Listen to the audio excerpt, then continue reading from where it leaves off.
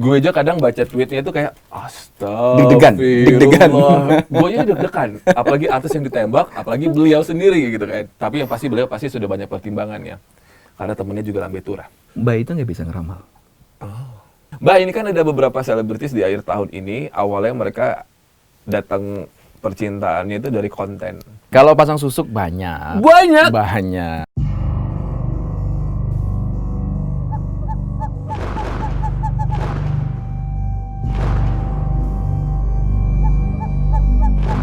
Episode spesial pada maghrib bersama dengan Mbah Mijan. Sebenarnya beliau nggak sehoror itu kok. Tapi gue akuin beliau tuh pintar sekali. Lebih tepatnya brilliant. Pintar itu lebih kepada formal education mungkin ya Mbah. Tapi kalau beliau tuh brilliant. Every single word, setiap kata yang keluar dari bibirnya itu motivating banget dan bermakna. Jadi nggak heran kalau misalkan mau 30 menit sama beliau berkonsultasi itu puluhan juta. Ya, karena memang beliau luar biasa. Oke. Thank you. Tapi aku akuin, Mbak. Nah, di episode 2 ini Tadi Mbak hampir terbang, kepalanya hampir nyentuh itu genteng. tapi gedungnya Pak HT terlalu bagus, jadi nggak bisa nembus. Iya. Walaupun beliau banyak temen jinnya mungkin tetap nggak bisa nembus. Gedung ini sangat luar biasa. Suara apapun nggak akan kedengaran di sini. Iya. Mbah Mijan, Ya. punten, saya entah harus izinnya sama Mbah atau sama yang leluhur atau apa. Saya mau, atau yang di dalamnya mungkin. Saya pengen tahu tentang semua head to toes. Dari kalung Mbah, sama dari gelang Mbah, sama ini apakah memang cincin dan kain jarik yang Mbah kenakan. Boleh ceritakan sejujur-jujurnya tentang sejarah berikut dengan maaf isi kalau ada Mbah, maaf banget Mbah. Ya loh Mbah, kita kan kepo, pengen tahu Mbah. Iya. Dibongkar abis bukan ya? Apa iya? Monggo Mbah, monggo. Kalung dulu Mbah. Kalung ini kalung berjet api. Pada zamannya karena ini original, jadi Mbah beli dulu waktu gila-gilanya batu gitu. 5 juta ini, 5 juta. Jadi bukan jimat, artinya memang Mbah beli gitu. Kalau ini sih titanium ya. Harganya cuma 30.000. Tapi ada isinya enggak? Enggak ada. Nggak ada ya? Enggak ada. Terus yang di rumah yang nonton, yang ngisiin, ada kali gitu. Yang bantu ngisiin, bohong lu Mijan gitu ya. Gue yang bantu ngisiin gitu. Kenapa jadi outfit ya? Kan penasaran Bang, kadang kita tuh pengen tahu. Nyentrik kan pastinya. Kalau gaya-gaya Gaya-gaya mereka di masa kini, gitu. di masa kini loh. Kalau masa dulu kan enggak. Kalau gelang piye Mbah? Gelang ini gelang karet, harganya 10.003. Enggak ada isinya juga. Enggak ada isinya juga. Yang satunya? Gitu. Yang satunya ini gelangan. Enggak ada isinya juga. Enggak ada isinya juga. Jadi yang ada isinya di mana? Di sini. Apa itu? Batin. Yang di belakang ada isinya? Ada. Nah, Mas Robi kalau izin boleh tadi makanya saya izin cerita itu loh Mbak, kalau diizinkan yang mendampingi seorang Mbah Mijan itu apa, siapa, dan bagaimana gitu. Iya. Kalau boleh izinkan ya Mbak, tapi kalau yang di belakang nggak ngizinin enggak apa-apa.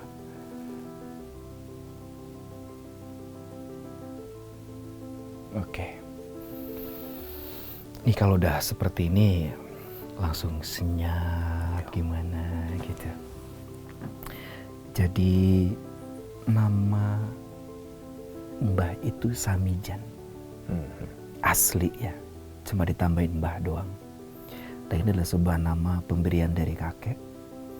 Ini nama yang sifatnya estafet. Analoginya Bang Robi punya guru Mijan. Cucu Bang Robi dikasih nama Mijan. Jadi kakek Mbah Mijan mewariskan nama Samijan. Samijan itu guru dari kakek Mbah Mijan. Ternyata Samijan itu bukan sekedar nama, tapi include dengan sosoknya gitu. Apakah diizinkan untuk dideskripsikan secara verbal Mbak? Mbah punya peninggalan nenek moyang berupa keris, nanti kapan-kapan kalau itu next Mbah akan bawa. Jadi Mbah punya keris yang usianya 400 tahun dan itu abad ke-17 ya, dan itu masuknya adalah pegangan dari Ronggolawe. Jadi kalau diurutkan secara silsilah, Mbah masih darah, nggak tahu deh darah merah atau darah Biru. kuning ya kayak gitu. Nah, beliau sosoknya ya orang yang menggunakan blangkon, hobinya pakai pakaian hitam, terus kain hitam, tapi beliau gak pernah mau pakai alas kaki. Ya, rambutnya panjang, putih, dan bersih. Jadi nggak berjenggot, nggak berkumis gitu. Kalau ngomong lantang, memang agak sedikit bungkuk, tapi kalau ngomong lantang. Tidak seperti orang Jawa kebanyakan. Ya, gitu. Kayak nadanya itu bener-bener menghentak kalau berbicara, sering bikin Mbak Mijan demam waktu itu ya. Kan pertama kali Mbak ditemui sama sosok, Mbak panggilnya Kakung, Eyang Kakung. Eyang Kakung. Itu kelas 1 STM. Ini jarang banget Mbak ceritakan di mana-mana. Gitu hanya di sini Mbak ceritakan. Makasih Mbak. Pada saat Mbak Mijan mengalami sakit tipes, ini beneran sakit tipes, dan Mbak diopnam selama 21 hari di rumah sakit. Dari situ beliau datang. Oke, Mbah pengen membantah bahwa apa yang Mbak Mijan alami adalah halusinasi. Karena mungkin demam yang sangat tinggi pada saat Mbak Mijan tipes.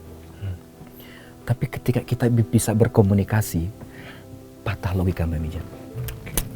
Kalau hanya melihat, Mbak masih anggap, oke, ini demam dan Mbah terlalu tinggi nih. Halusinasinya. Tapi ketika Mbah bisa berbicara, berkomunikasi, di situ Mbah patah. Saya pertama kali mengucapkan salam, assalamualaikum, dan Eyang aku, ya waalaikumsalam. Terus Eyang aku bilang, jangan khawatir, besok kamu boleh pulang. Oke, Mbah masih berpikir logis. Efek obat nih. Efek obat. Kayak, ya kayaknya efek obat nih gitu. Tapi bener-bener terjadi, dokter masuk di keesokan harinya dan nggak ada alasan apapun.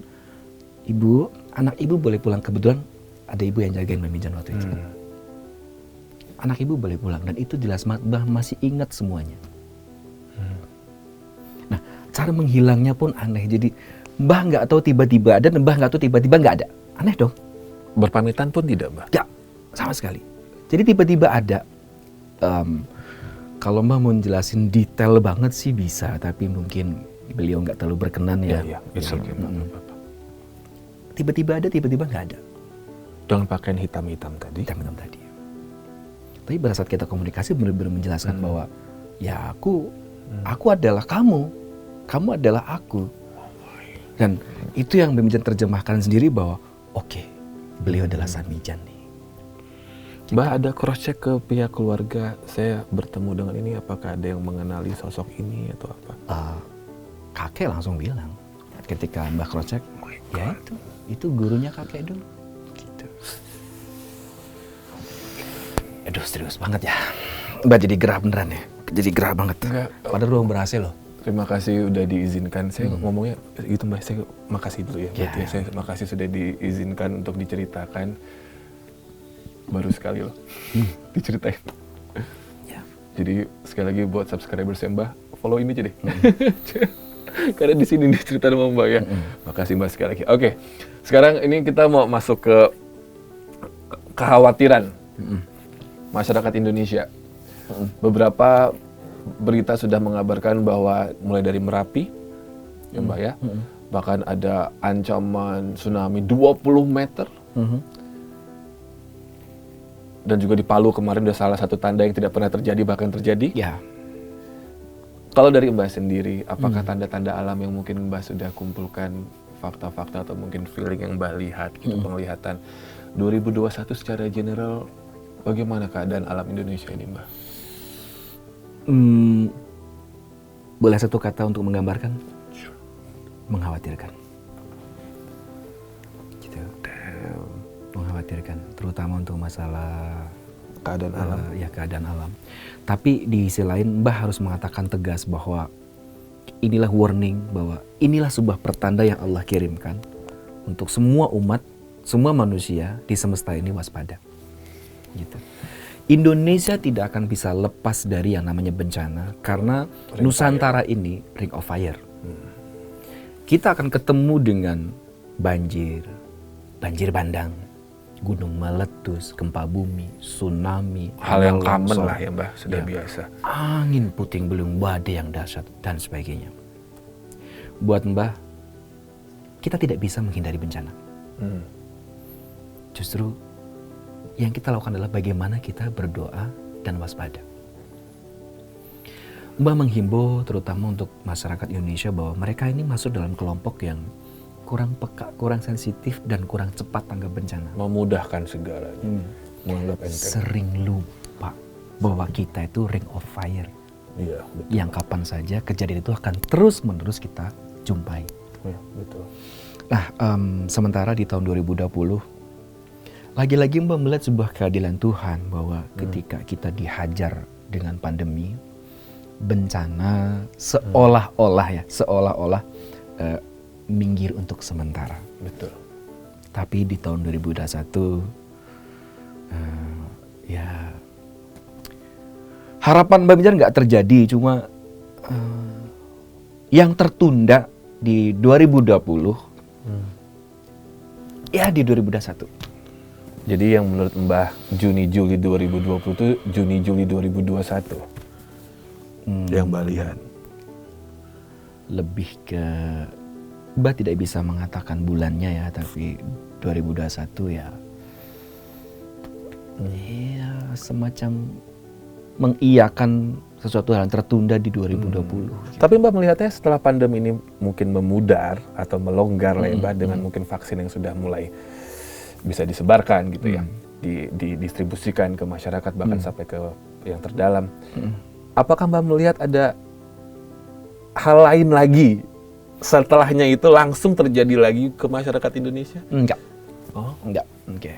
Pandemi ini salah satu dari pembuka dari berbagai macam hal yang berhubungan dengan semesta, dengan alam ini. Jadi ini sudah ada, ini pintu masuknya ini. Jadi 2021 tidak akan ada wabah yang aneh-aneh. Tapi bencana Mbah lihat? Bencana lihat banget sih. Cuma Mbah nggak bisa ngomong yang detail ya, karena ini bisa diperkarakan loh. Betul. Tapi kalau nyebut lokasi. Ya, kalau nyebut lokasi. Yang Mbah lihat adalah elemennya air atau berhubungan dengan tanah atau api? Air dan tanah. Oh Tuhan. Ya, air dan tanah. Ya. Air dan tanah. Terus aku lebih detail. Air yang tinggi. Iya, air yang tinggi. Berarti kalau Air yang tinggi. air dan tanah dari gempa bumi ke tsunami, longsor. Oke, kita nggak usah sebut daerahnya ya Mbak ya. Beneran banyak korban jiwa yang Mbak lihat di sini. Apakah Mbak mendengar teriakan-teriakan atau Mbak melihat ada pergerakan burung-burung dengan pengelompokan yang terbang menjauh, atau apa yang Mbak lihat tanda-tandanya? Kejadiannya sangat cepat ya. Cepat. Jadi tidak bisa terdeteksi. Oke, kenapa Mijan mengatakan bahwa tahun 2021 itu salah satu dari jawaban tahun 2020 bahasanya? Karena pertanda-pertanda seolah full diberikan di tahun 2020 dan bahasa Mijan ya akan dieksekusi di 2021. Oh my God. Jadi 2021 tidak mengenal tanda. Tep, gitu. Karena seharusnya ada di 2020 Ya. tanda itu. Ya. Kalau berbicara tentang ketenangan masyarakat nih Mbak, Mbak melihatnya masyarakat Indonesia secara ekonomi lebih tenang atau lebih gusar atau lebih banyak kerusuhan atau lebih banyak masyarakat yang dari pandemi malah semakin, ya bisa dibilang adalah pemasukan setelahnya gitu Mbak melihatnya bagaimana? 2021 lebih tenang, masyarakat lebih tenang. Kalau berbicara ekonomi ya, masyarakat lebih tenang karena ternyata kita benar-benar ditempa selama tahun 2020 bagaimana kita merasakan pahitnya, dan di tahun 2021 walaupun penghasilan belum stabil, tapi ketika lebih baik sedikit dari tahun sebelumnya, itu sudah menyenangkan dan menenangkan. Bahasanya ketika tempo lalu, tahun yang lalu kita hanya bisa menghasilkan 10,5 koin misalnya, di tahun 2021 dapat 15 koin, itu sudah menenangkan. Gitu. Nah, mumpung konsul gratis guys, Mbah, kalau Robi bagusnya bisnisnya apa ya Mbah? Kamu cocoknya bisnisnya berhubungan dengan air, jagain air terjun. Mbah, apa sih Mbah kira-kira kalau untuk aku pribadi nih Mbak, Mbak ngeliatnya gimana? Sejujurnya aku lagi mau mulai beberapa nih Mbah. Bang Robi ini orang yang mobile. Orang-orang yang mobile itu orang yang tidak bisa statis. Jadi tidak bisa mengurus banyak bisnis. Kalau bisa berbisnis yang statis. Jadi keterbalikan dari kesibukan. Misalnya boleh properti atau kontrakan dan sebagainya. Jadi itu, jadi make sense. Nah, jadi yang mobile orangnya, tapi yang statis bisnisnya. Gitu. Oh, harus begitu ya? Ya, kalau yang sama-sama membutuhkan Bang Robi nggak jalan. Misalnya bisnis kuliner, kan itu harus dicek setiap hari, nggak jalan. Kalau mungkin bisnis apalagi bisnis yang bergerak apa tuh? Showroom misalnya, nggak bisa. Kalau mau perhotelan atau kontrakan, bisa. Berarti besok gue beli 20 unit apartemen ya, yang berhantu. Gue sewainnya ke hantu-hantu gitu ya. Mbak, kalau panasnya politik, 2021 piye Mbak? Karena kan pilkada di cancel dulu nih, di hold dulu. Tapi nggak tahu 2021 panas.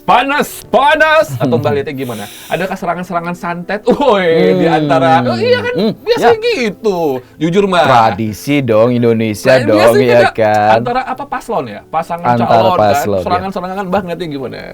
Seru. Soalnya kan kalau ngomongin soal selebritis kita juga yang udah terjun politik, mereka serang-serangannya juga pakai sosmed kan, Mbak ya. Ya sebenarnya sih nggak saling serang juga, ada yang salah satu nyerang mulu tapi nggak diladenin sama selebritis yang bergelut di dunia politik, dia gondok sendiri. Mbak gimana nih, serangan-serangannya lebih kepada sosmed atau serangan-serangan pas Laudi ini langsung ke ilmu hitam gitu nih? Pengen tahu aku panas ya. Kalau dari sisi politik kita keluar dari artis ya. Politik Indonesia itu sangat-sangat dinamis sekali. Ada kelompok yang menginginkan Indonesia maju, ada kelompok yang menginginkan Indonesia mundur. Nah, maju dan mundur dalam dunia politik ini kan sebetulnya menjadi sebuah koalisi ataupun oposisi. Nah, ini sesuatu hal yang sebetulnya Mbak nggak menuduh bahwa oposisi pengennya mundur, nggak. Tapi fakta di lapangan adalah tarik ulurnya maju mundurnya dari kedua kubu ini terus terjadi. Ini yang membuat kita sangat dinamis. Bahwa ketika memang masuk ke dalam sebuah tradisi, maka peranggai pun memang biasa terjadi di dunia seperti itu. Biasa terjadi. Berarti hampir semua calon-calon atau pejabat itu memang punya pegangan. Iya atau tidak? Iya. Pasti iya? Pasti iya. Semua pasti punya pegangan? Yes. Even yang artis-artis juga, yang dulu nggak punya pegangan, sekarang punya pegangan? Iya. Minimal apa pegangannya? Guru spiritual. Benda-benda yang berisi? Kalau untuk benda-benda biasanya hanya orang-orang yang memang hobi tentang koleksi itu tadi. Karena mereka lebih senang estetikanya mungkin atau dan sebagainya, tapi secara tidak langsung mereka pasti punya penasihat spiritual. Dan Mbah menjadi penasihat spiritual untuk 10 calon? Ya, 11 tapi kayaknya yang satu nggak jadi. Yang dari daerah mana yang nggak jadi ini? Karena nggak deal harga ya? Kurang duitnya berarti? Enggak, secara pamor, secara power kayaknya kurang lemah ya. Gitu. Nggak deal juga sama Mbah? Oh, kalau itu emang berapa sih Mbak tarifnya Mbak? Gini. Kalau untuk gitu. Kalau untuk calon-calon seperti itu sebenarnya Mbak ada bargaining. Nah, bayar sarana untuk ritual dan kalau sukses baru ngasih hadiah ke Mbak Mijan. Ini gue tuh pengen buat taruh clickbait Mbak. Kalau pengen Mbah Mijan guru spiritual berapa ratus juta gitu, coba berapa? Buat clickbait. Gue pengen tahu. Mbah Mijan 100 juta misalkan untuk guru spiritual biar sukses dunia politik misalkan gitu. Sebutin angka Mbah, it's okay. Berarti calon-calon ini tuh memang orang-orang berduit dan hanya orang berduit yang bisa minta tolong sama Mbah Mijan sebagai guru spiritual. Iya dong, exposure. Berapa Mbah? 500 lah. Jadi sudah 5,5 miliar. Dan lu minta gratis, kurang ajar lu semua. Ini Mbah Mijan lu minta gratis aja miliaran nih nilainya. Lu pikirin tuh clickbait ya. Jadi nggak sembarang orang minta Mbah Mijan jadi guru spiritual karena satu orang saja kalau sukses 500. Sekitar 500. Kalau sukses. Kalau enggak cukup hanya untuk membeli sarananya aja. Ini cuma 2.000. Ya. Mbah, dari 500 juta ini Bukan paket hemat dong. Bukan, pastinya. bukan. Paketnya apa aja sih, Mbah? Gitu. Dalam satu paket aja premium. Premium. Pertamax ya? Enggak, Premium Pertamax, ya. Premium. Nggak boleh satu pun sebut nama. Enggak. Tapi dari seluruh Indonesia. Ya. Jadi Mbah visit ke sana atau orang ke sini atau secara online aja? Biasanya kan begitu, ini karena pandemi aja. Secara online? Ya. Online doang 500 miliar, bro. Kelas online, bro. Gimana kalau ketemu langsung? Naik berarti harganya, bro. Enggak, karena memang pandemi aja. Ya berarti harga pandemi 500 juta. Bayangin kalau harga nggak pandemi berapa? Harga artis pandemi aja diputurin loh. Oh, mohon maaf Mbak, bukannya aku mendiskreditkan atau meragukan. Berapa persen terjaminnya kesuksesan paslon ini jika di tangan seorang Mbah Mijan? Pengen tahu, mohon maaf sekali Mbah. Oke, ini kita juga memberikan sebuah catatan. Tanpa mendolili Allah, 90%.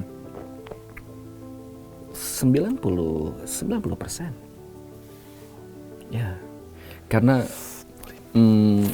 Mbah bukan satu-satunya, Mbah seorang paranormal yang tidak mau hanya menganalisa dari sisi batin.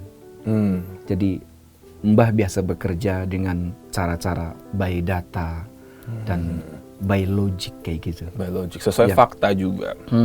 Makanya ketika Mbah melihat dalam sebuah peruntungan, misalnya memang mereka gagal, Mbah katakan langsung pada saat Akan ketemu gagal. akan gagal. Ya. Kayaknya Anda Kayaknya udah deh kita selesai. nggak bisa gitu. Jadi Mbah hanya memilih yang berpotensi jadi. Tapi teman-teman di rumah juga harus tahu nih, sahabat-sahabat pada maghrib, 500 juta untuk satu orang itu sebenarnya Mbah Mijan juga mengorbankan nyawa loh. Karena pasti akan ada perang dukun. Ya, Pasti akan ada perang dukun. iya, Right? iya. Ceritain dikit Mbah sebelum kita ke episode selanjutnya. Pengen tahu perang dukun antara paslon. Wih, seru kan? Perangnya online juga lagi. Mbah sampai nggak bisa ketawa kalau ngomongin ini bener. Oh, serius berarti? Ya, Sorry Mas. bener. Iya bener. Gimana Mbah? Sampai kadang nyesek gitu ya. Karena analoginya itu seperti petir halilintar kayak gitu tuh. Buas bus tapi bentuknya lain ya. Gitu kayak bener-bener serangan. Kalau kita nggak pintar menghindar, cepat kilat bisa tep kena. Karena yang diserang bukan yang nyewa Mbah, bukan yang murid Mbah, tapi sang paranormal yang diserang. Hanya saja kadang-kadang kalau udah mereka tuh mulai terdesak ya, mereka mulai nakal. Jarang ke keluarga lah, anak, istri dan sebagainya. Anjir. Itu kan Beban. dan uang itu nggak akan jadi seberapa ketika risikonya itu. Tuh mawangin 10 orang gimana Mbah? Mbah malah biasanya kalau kayak pilihan legislatif bisa 27, bisa 30, gitu biasanya. Aku kira kalau lagi ada pilihan legislatif gitu cuman MC doang yang banjir ya, atau penyanyi dangdut. Dukun juga bro. Karena Mbah meninggalkan sebuah jejak sejarah yang sudah cukup lama. Yaitu? Sini Mbah tanganin dulu, bayar seikhlasnya untuk sarana. Kalau sukses lu bayar. Fair dong, Mbak Mijan. Tidak ada yang merasa dirugikan. Serangan dukun dari paslon lain yang pernah paling parah Mbah terima itu apa? Pertanyaan terakhir episode ini. Salah satu pembantu Mbak Mijan lumpuh sampai sekarang. Pembantu. Asisten rumah tangga lumpuh sampai sekarang. Jadi asisten rumah tangga ngerasa kayak ditusuk paku itu di bagian tulang Dengkul. lutut ya, dengkul. Dia teriak pagi-pagi jam 3 pagi. Allah. Dan udah sampai sekarang. Gitu. Sebelah ya Mbah? Sebelah satu aja. Kalau dari vonis dokter, kita ngomong logis juga ya. Iya. Ada semacam enzim yang kering gitu, ada itu. Tapi Mbah tahu itu bukan sesuatu yang logik. ya, padahal. Karena dadakan dan tidak ada simptom atau tanda-tanda sebelumnya. Yap. Dan Mbah tahu pelakunya siapa? Tahu. Dan parah loh sampai sekarang. Dari daerah Jakarta juga. Oh my God. Pertempuran dunia spiritual, supernatural bahasanya, di ibu kota lebih gila. Oh iya Mbah? Ya. Mereka by individu, mereka tidak pernah berbicara soal rasa ketika udah berbicara ibu kota. Ya karena persaingan juga semakin besar di Ya. kota besar semakin besar. Maka kans untuk terjadinya serangan pun akan semakin besar. Ya, ngeri lah. Baru ini Kalau Mbah bicara Mijan resikonya. ditelanjangin habis-habisan. Nyesel nggak? Enggak sih. Oke. Untuk seorang host kenamaan Indonesia. Aduh. Tadi tuh kita off-air ngobrolin tuh Mbak Mijan melihat kenapa karena bagi aku juga akui sih Mbak, untuk seorang pekerja seni bisa bertahan lebih dari 7 tahun itu kan jarang ya Mbak. Jarang. Lebih dari 10 tahun jarang. Ini Robby udah masuk ke 15 tahun jarang ternyata. Ya, maksudnya alhamdulillah bertahan gitu Mbak. Dan tadi Mbak Mijan juga secara logis juga menjelaskan kenapanya gitu. Nah ngomongin soal aura gitu ya, dan Mbah tadi kan ya, aura, energi kita. Terkadang kita mikirnya bisa saja teman artis yang lain ada yang pengen nutupin aku, bikin aku gelap, bikin aku tenggelam gitu. Nah serangan-serangan seperti itu bisa terjadi ke selebritis lainnya. Bisa. Tentang ilmu hitam kita bahas sekarang. Selamat datang di episode ketiga bersama dengan Mbah Mijan di Pada Maghrib.